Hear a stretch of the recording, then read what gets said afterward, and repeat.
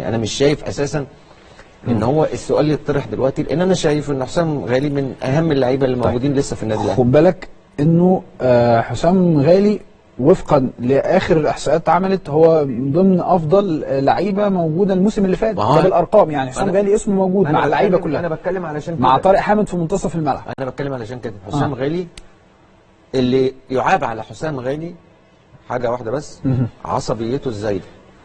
غير كده انا ما اقدرش اتكلم على حسام غالي كلمه ان هو امتى يبطل او لا نو ايه. انا مش قبل لسه سنتين عشان ابتدي اطرح السؤال دوت، لان حسام غالي لسه من اهم اللعيبه اللي موجوده في النادي الاهلي. ممكن ليه فترات عاليه، في فترات بينزل تحت شويه، ولكن مش معنى ان واحد ينزل تحت شويه ان احنا نقول له لا وبتاع.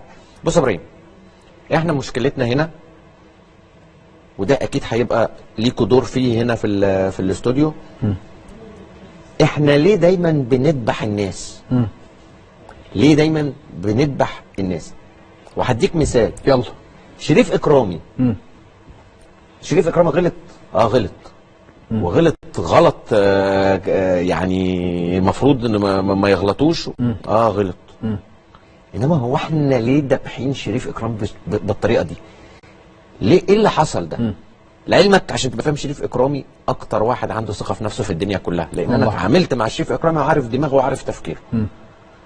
شريف اكرامي ازاي يتحول من وحش افريقيا، لان هو كميه الهجوم والتريقه والكلام دوت اللي الواحد متابعه وبيشوفه. طيب لما يبقى انا المدير الفني بتاعي يقرا عليا الفاتحه قدام الناس، ما خلصت. لما يبقى مارتن يول المدير الفني يطلع يتكلم على ان هو جه في الآخر هو كان احمد عادل عبد المنعم هو الحارس وهو كان مصاب، فقالوا له ده الحارس الاساسي وده الحارس البديل فرجعه. على فكره انا بتكلم عن الناس، انا ما بتكلمش على المدرب. لا ما هو برضه الناس. انا ما بتكلمش على المدرب. المدرب دي فرقته، هو الوحيد اللي بيديرها، وهو الوحيد اللي هيسال. شايف انه مناسب ان انا اطلع اتكلم على لعيبه عندي بالشكل ده؟ لا بس يعني خلاص هو يغير.